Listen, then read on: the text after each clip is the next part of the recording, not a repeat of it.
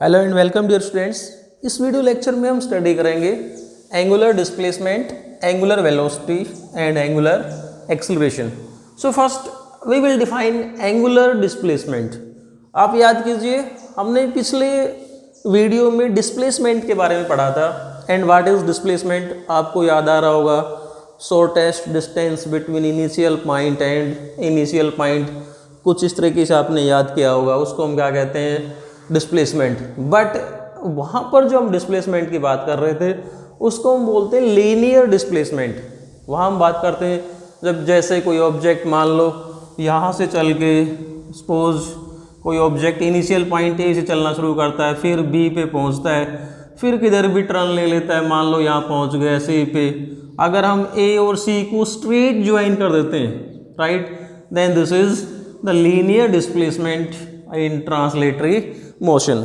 ये आपने पढ़ा होगा। इस डिस्टेंस का नाम, अब ये जो स्ट्रेट डिस्टेंस है इनिशियल पॉइंट और फाइनल पॉइंट के बीच में, या शॉर्टेस्ट डिस्टेंस का नाम क्या था, डिस्प्लेसमेंट। लेकिन यहाँ पर हम बात करेंगे एंगुलर डिस्प्लेसमेंट की, राइट।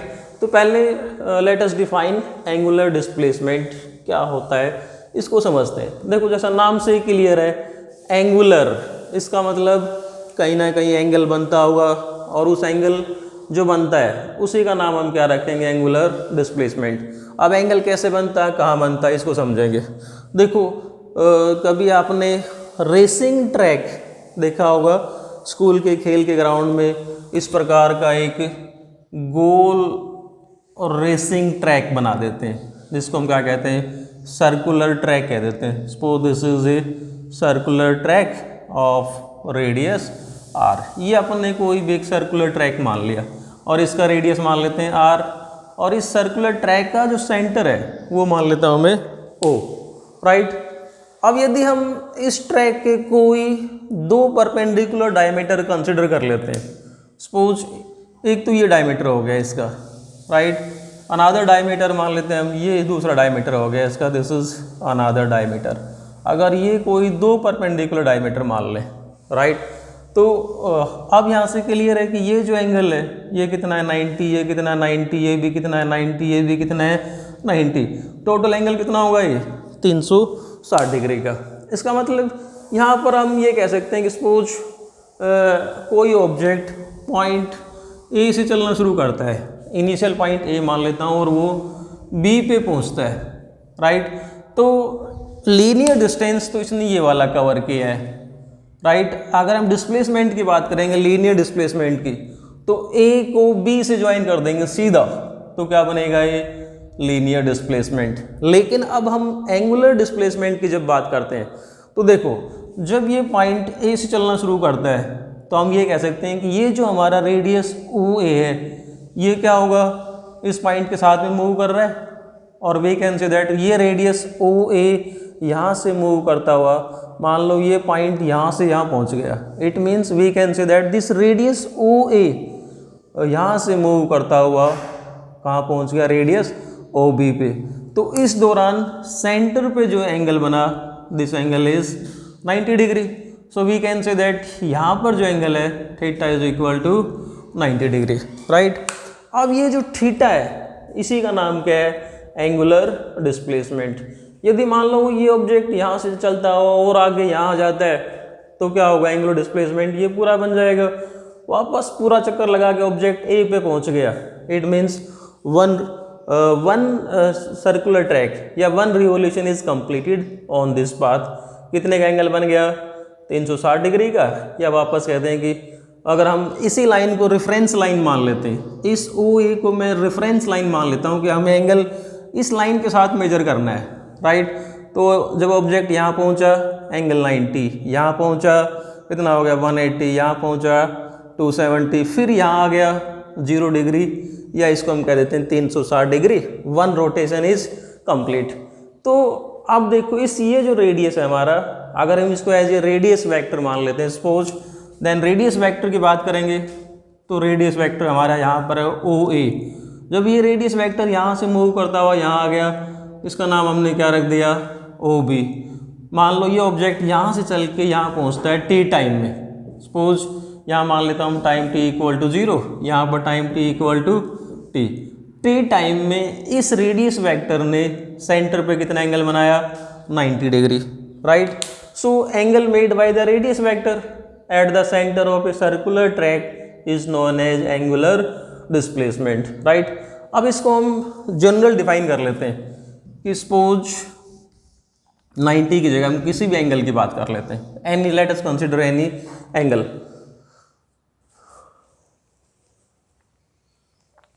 सो ये जो हमारा सर्कुलर पाथ है, इस सर्कुलर पाथ पे हम कहीं पर भी और कोई पॉइंट ले लेते हैं P। अब यदि P को सेंटर से ज्वाइन कर देते हैं, then radius vector is OP।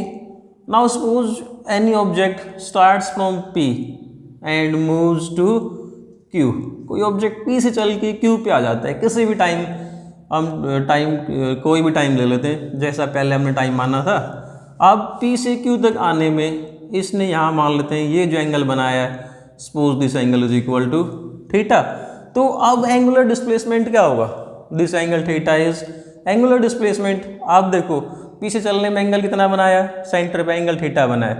तो इस सर्कुलर पाथ के सेंटर पे जो एंगल बनेगा, और ये एंगल कौन बना रहा है, ये वाला जो रेडियस वेक्टर है, जब ऑब्जेक्ट इस सर्किल पे एक पॉइंट से दूसरे पॉइंट पे चल रहा है, then angle made by the radius vector is known as angular displacement. अब देखो, अब यदि मैं कहता हूँ कि भाई रेफरेंस लाइन हमें चाहिए, रेफरेंस पॉइंट चाहिए, जैसा पहले हम लीनियर डिस्प्लेसमेंट में मोशन को डिसाइड करने के लिए angular linear displacement, velocity, acceleration, इनको डिसाइड करने के लिए कोई ना कोई रेफरेंस पॉइंट बनाते हैं। आप याद कीजिए फ्रेम ऑफ रेफरेंस आपने पढ़ा है, वहाँ पर हम क्या करते हैं, कोई ना कोई रेफरेंस पॉइंट बनाते हैं। इसी प्रकार से यहाँ पर यदि मैं इनिशियली एंगल को मेजर करने के लिए कोई ना कोई रेफरेंस लाइन ले लेता हूँ, राइट, देन अगर हम इस एक्सिस को रेफरेंस लाइन ले लेते हैं, then we can say that, अगर हम यूँ मान लेते हैं यहाँ से मेजर करना शुरू करते हैं कि suppose this is reference line, object यहाँ से चल के यहाँ पहुँचा। अब हम टाइम यहाँ मान लेते हैं टाइम t इक्वल टू 0, यहाँ पर time t is equal to t1, और यहाँ मान लेते हैं time t is equal to t2। Suppose time t equals to t1 में ये जो एंगल बना, this angle is equal to θ1, and time t equal to t2 पे ये वाला जो एंगल बना इस रेफरेंस लाइन के साथ में, इस एंगल को यदि हम नाम दे देते हैं θ2। अब हमें डिस्प्लेसमेंट, एंगुलर डिस्प्लेसमेंट चाहिए इस इंटरवल में t2 माइनस t1, ये वाला जो इंटरवल है। तो देखो 0 से t2 तक एंगल कितना बना, θ2, 0 से t1 तक एंगल बना θ1।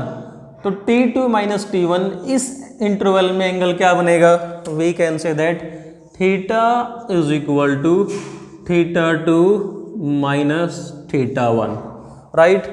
अब यदि हम बात करें कि this angular displacement is very small, then in that case इस थीटा को हम क्या लिख सकते हैं, d theta is equal to θ2 minus θ1, right.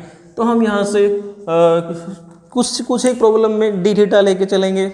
So D theta का मीनिंग आप समझ गए होंगे कि θ2 माइनस θ1, और इफ एंगल इज लार्ज, इसको हमने क्या नाम दे दिया, theta is equal to θ2 minus θ1, right. अब देखो एंगुलर डिस्प्लेसमेंट क्या है, it is angle at the centre. So what will be the units of angular displacement, angular displacement को हम मेजर करते हैं रेडियन में, और इसको रिप्रेजेंट करते हैं थीटा के द्वारा, राइट। अब एक मिनट, एक नज़र हम इसके डेफिनेशन पे डालते हैं कि how we will define angular displacement. So it is defined as angle made by the radius vector at the centre of a circular path in a given time.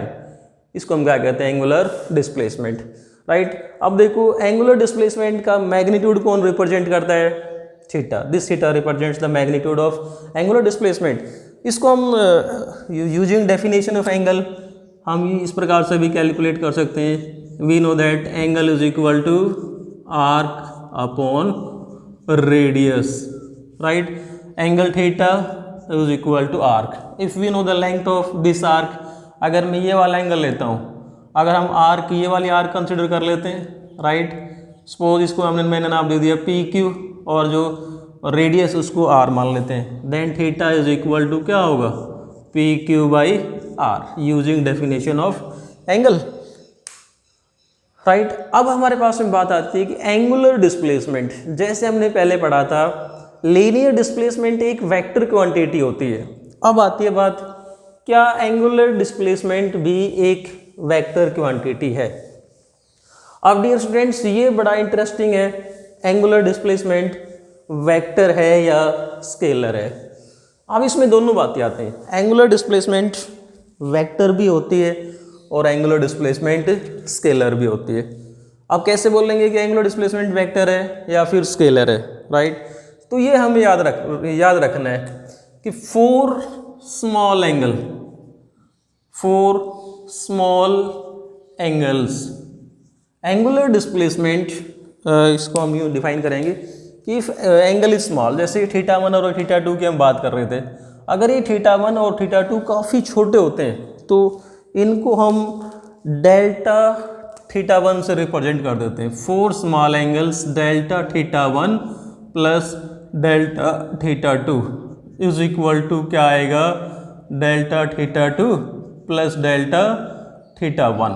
इसका मतलब यहाँ हम क्या समझाने की कोशिश कर रहे हैं, ये आप याद कीजिए, वेक्टर एडिशन कोम्यूटेटिव रूल को फॉलो करता है।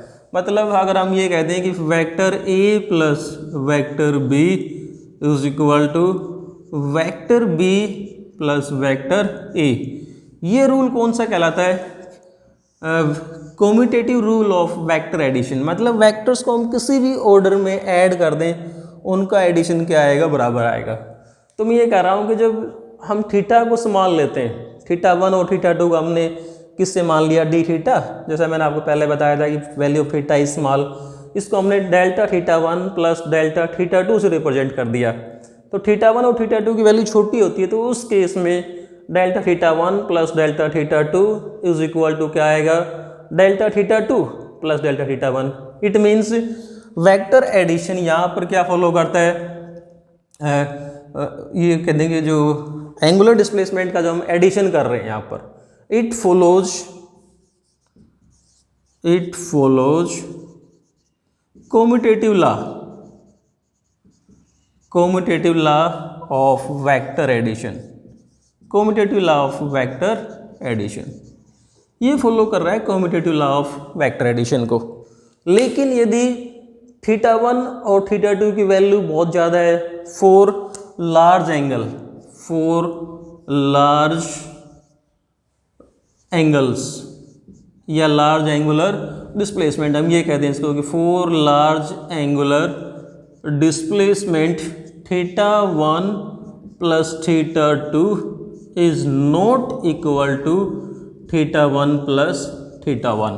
इसका मतलब यदि एंगुलर डिस्प्लेसमेंट, हम इनकी बात कर रहे थे θ1 और θ2, यदि ये बहुत बड़े होते हैं तो उस केस में θ1 प्लस θ2 किसके बराबर नहीं आता, θ2 प्लस θ1 के बराबर नहीं आता। इसका मतलब यहाँ पर एंगुलर डिस्प्लेसमेंट क्या फॉलो नहीं करता है, commutative law of vector addition यहाँ फॉलो कर रहा है। इसका मतलब स्मॉल एंगल के लिए, अब देखो यहाँ से हम क्या कह सकते हैं कि four small angle angular displacement is a vector quantity, right. देखो ये बड़ा इंटरेस्टिंग सा कंसेप्ट आया हमारे पास में कि स्मॉल एंगल के लिए एंगुलर डिस्प्लेसमेंट क्या है, वेक्टर क्वांटिटी है, because it follows commutative law of vector addition. But for large angle, यहाँ हम बात करते हैं लार्ज एंगुलर डिस्प्लेसमेंट के लिए commutative law of vector addition follow नहीं होता है, तो यहाँ पर क्या होती है, scalar quantity. In this case it is scalar quantity. आइए अब समझते हैं कि एंगुलर डिस्प्लेसमेंट स्केलर और वेक्टर कैसे। अब ध्यान से समझ लो, ये मेरे पास में मान लो कोई बुक है, राइट, ये इसका फ्रंट आपको दिखाई दे रहा है।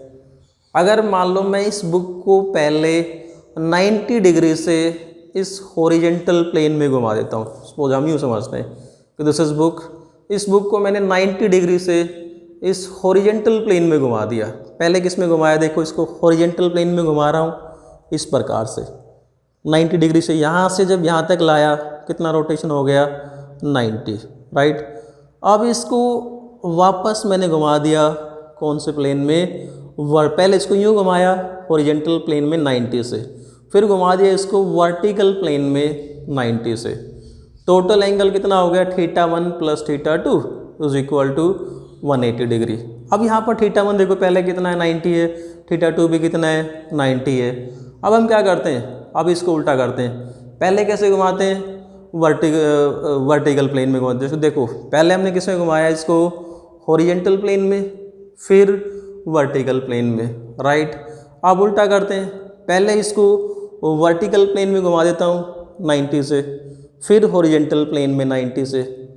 अब दोनों में डिफरेंस देखो, जब पहले इसको हमने हॉरिजेंटल प्लेन में घुमाया, देखो यहाँ से इसको मैंने ये पोजीशन थी इनिशियली, यहाँ से मैंने 90 से इसको हॉरिजेंटल प्लेन में घुमाया, फिर वर्टिकल प्लेन में घुमाया। पहले हॉरिजेंटल फिर वर्टिकल, राइट। आपको फिजिक्स लिखा हुआ दिखाई दे रहा है।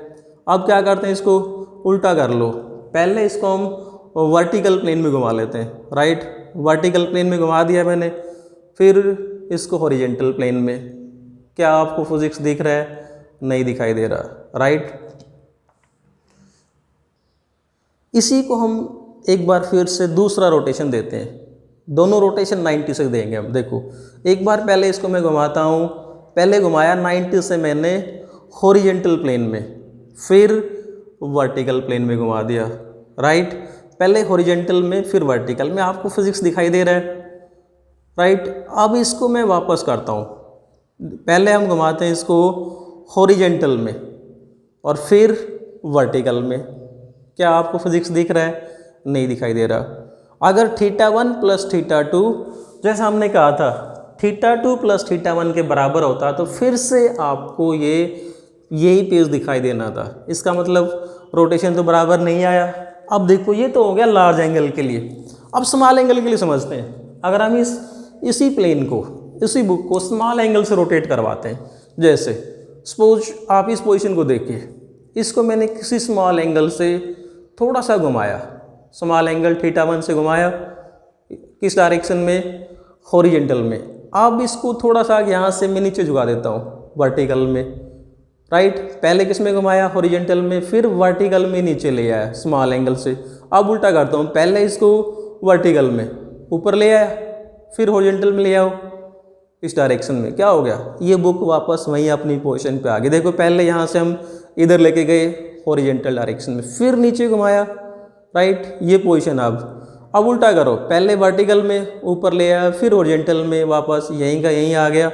इस केस में हम ये कह सकते हैं कि delta θ1 plus delta θ2 is equal to delta θ2 plus delta θ1। So for स्मॉल angular displacement is a vector quantity, for large angular displacement is a scalar quantity. So हमने अब ये प्रूव कर दिया कि एंगुलर डिस्प्लेसमेंट वेक्टर है या स्केलर है, राइट। जब एंगुलर डिस्प्लेसमेंट एक वेक्टर क्वांटिटी है, it means it will have direction. So how we will decide the direction of angular displacement. तो डियर स्टूडेंट्स, एंगुलर डिस्प्लेसमेंट के डायरेक्शन के लिए हमारे पास में राइट हैंड रूल है। अब ये राइट हैंड रूल क्या है, हम इसको समझते हैं। यहाँ भी हम यही समझ लेते हैं। मान लो कोई ऑब्जेक्ट इस सर्कुलर पाथ में इस डायरेक्शन में मूव करता है, that is in the direction of anti clockwise. कोई ऑब्जेक्ट एंटी क्लॉकवाइज डायरेक्शन में मूव कर रहा है, तो यहाँ पर राइट हैंड रूल क्या कहता है, जिस डायरेक्शन में सर्कुलर पाथ में कोई ऑब्जेक्ट मूव करता है, उस डायरेक्शन में हमारे राइट हैंड की फिंगर्स को हम घुमाएंगे। वी विल कर्व या curvature of our fingers of right hand, curvature of fingers of right hand, मतलब हमारी राइट हैंड की फिंगर्स को हमें उधर ही घुमाना है जिस डायरेक्शन में ऑब्जेक्ट मूव करता है। यहाँ ऑब्जेक्ट इस डायरेक्शन में मूव कर रहा है, फिंगर्स को यूँ घुमा लो। अब ये जो थंब है ना, thumb, this thumb will give direction of angular displacement. So अगर ऑब्जेक्ट इस केस में एंटी क्लॉकवाइज डायरेक्शन में मूव करता है, राइट, तो then angular displacement will be perpendicular and outward. यदि हम दूसरा केस ले लेते हैं, मान लो कोई ऑब्जेक्ट क्लॉकवाइज डायरेक्शन में मूव करता है, this is circular path and any object is moving in clockwise direction, तो फिंगर्स को आप क्लॉकवाइज घुमा लो। राइट हैंड की फिंगर्स को और थंब को पहले इस प्रकार से करेंगे कि दोनों परपेंडिकुलर हो। अब यदि हम फिंगर्स को क्लॉकवाइज डायरेक्शन में घुमाएंगे तो थंब किधर जाएगा, perpendicular and inward. So this thumb gives direction of angular displacement. इसका नाम क्या है, राइट हैंड रूल। तो हम एक डिफाइन कैसे करेंगे राइट हैंड रूल को, इस पे नज़र डालते हैं। If curvature of fingers of our right hand, curvature of fingers of our right hand, ये कर्वेचर है, फिंगर्स को घुमाना को हम क्या कहते हैं, curvatures, right. If curvature of fingers of our right hand represent sense of rotation of the object, then thumb held perpendicular to fingers gives direction of angular displacement। जिस डायरेक्शन में ऑब्जेक्ट मूव करता है उधर right hand की fingers को घुमा लेते हैं, राइट। अब ये थंब जो फिंगर्स के परपेंडिकुलर है क्या बताएगा, डायरेक्शन ऑफ एंगुलर डिस्प्लेसमेंट। हम एंगुलर डिस्प्लेसमेंट को समझने के लिए एक छोटा सा और एग्जांपल लेते हैं। मान लो suppose this is a circular track, ये हमारे पास में कोई सर्कुलर ट्रैक है, right, this is in this plane, right. अब इसका जो कोई ऑब्जेक्ट यदि सर्कुलर पाथ में मूव करता है, then what will be the axis of rotation of this object. कोई ऑब्जेक्ट जो इस सर्कुलर पाथ में रोटेट कर रहा है, इसका एक्सिस ऑफ रोटेशन क्या होगा, एक्सिस ऑफ द सर्किल या सेंटर ऑफ द सर्किल, वो लाइन जो सर्किल के सेंटर में से पास होती है और इसके प्लेन के क्या है, परपेंडिकुलर। अगर यहाँ से हम ये मान लें कि this is the axis of this circle, right, line perpendicular to plane and passing through center, so ये क्या है, axis of rotation। so we can say that angular displacement में angular displacement की जो डायरेक्शन आएगी वो किधर होगी, along the axis of rotation। वो लाइन जो सर्किल के सेंटर में से पास होती है और इसके प्लेन के परपेंडिकुलर है, या तो आउटवर्ड होगा या फिर इनवर्ड होगा, राइट। ये एंगुलर डिस्प्लेसमेंट, ये है हमारे पास में angular displacement. Now we will define angular velocity. What is angular velocity? So next अब हमारे पास में क्या आता है, एंगुलर वेलोसिटी। आप याद कीजिए वेलोसिटी आपने कैसे डिफाइन की थी, rate of change of displacement with time is known as velocity. So in the same way अब यहाँ पर डिस्प्लेसमेंट क्या हो गया, angular displacement. So how we will define कि मान लो यहाँ से यहाँ तक हम ये कह देंगे suppose angle is theta in time T. कोई ऑब्जेक्ट, अगर आप इस डायग्राम को दोबारा से बनाना चाहो तो दोबारा से बना सकते हो, नहीं तो हम इसे से भी काम चला सकते हैं अगर कंबाइन करेंगे तो। सपोज कोई ऑब्जेक्ट यहाँ से चलता है P से और Q पे पहुँचा T टाइम में, और इसने सेंटर पे जो एंगल बनाया वो क्या बनाया, थीटा। सो एंगल थीटा कितने टाइम में बनाए, T टाइम में। Then angular displacement, angular velocity क्या होगी, rate of change of angular displacement with time. So we can how we will define angular velocity को हम रिप्रेजेंट करते हैं इस लेटर के द्वारा, इसको हम बोलते हैं ओमेगा। W को थोड़ा सा दोनों तरफ यूँ घुमा देते हैं, this is known as omega, right. So angular velocity is defined as rate of change of angular displacement, that is angular displacement upon time taken. अगर हम यहाँ बात करते हैं तो एंगुलर वेलोसिटी क्या होगी, angular displacement theta upon time T, right. ये हो गया एंगुलर वेलोसिटी। अब यदि हम थोड़ा सा और नज़दीक आ जाते हैं कि मान लो ऑब्जेक्ट इस सर्कुलर पाथ में यूनिफॉर्म एंगुलर वेलोसिटी से नहीं चलता है, मान लो किसी टाइम t1 में इसने एंगल बनाया θ1 इस रेफरेंस लाइन के साथ में, और किसी टाइम t2 में इसने एंगल बनाया θ2, देन जो टाइम इंटरवल की हम बात कर रहे हैं कि ये जो टाइम इंटरवल है t2 माइनस t1, इस टाइम इंटरवल में मान लो इसने एंगल क्या बनाया, θ2 माइनस θ1 अपॉन में time t। If this interval is small तो ये एंगल भी क्या होगा, very small, then θ2 minus θ1 will be equal to d theta and this is small time dt। So angular displacement क्या होगा, angular velocity, sorry angular velocity is angular displacement upon angular time. So angular velocity क्या आ जाएगी, d theta upon dt, right.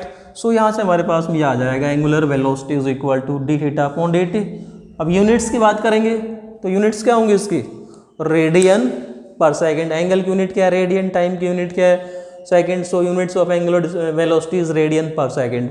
अब देखो angular displacement एक vector quantity है, तो एंगुलर वेलोसिटी भी क्या होगी, angular velocity is also a vector quantity.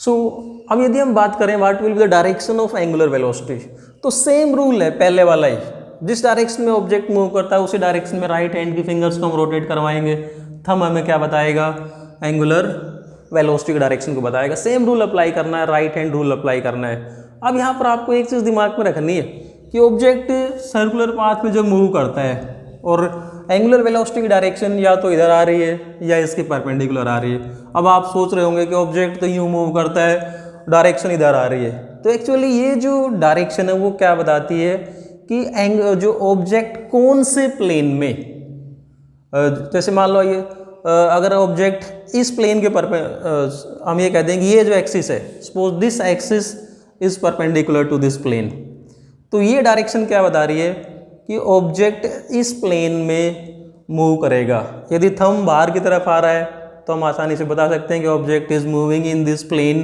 Along anti clockwise direction.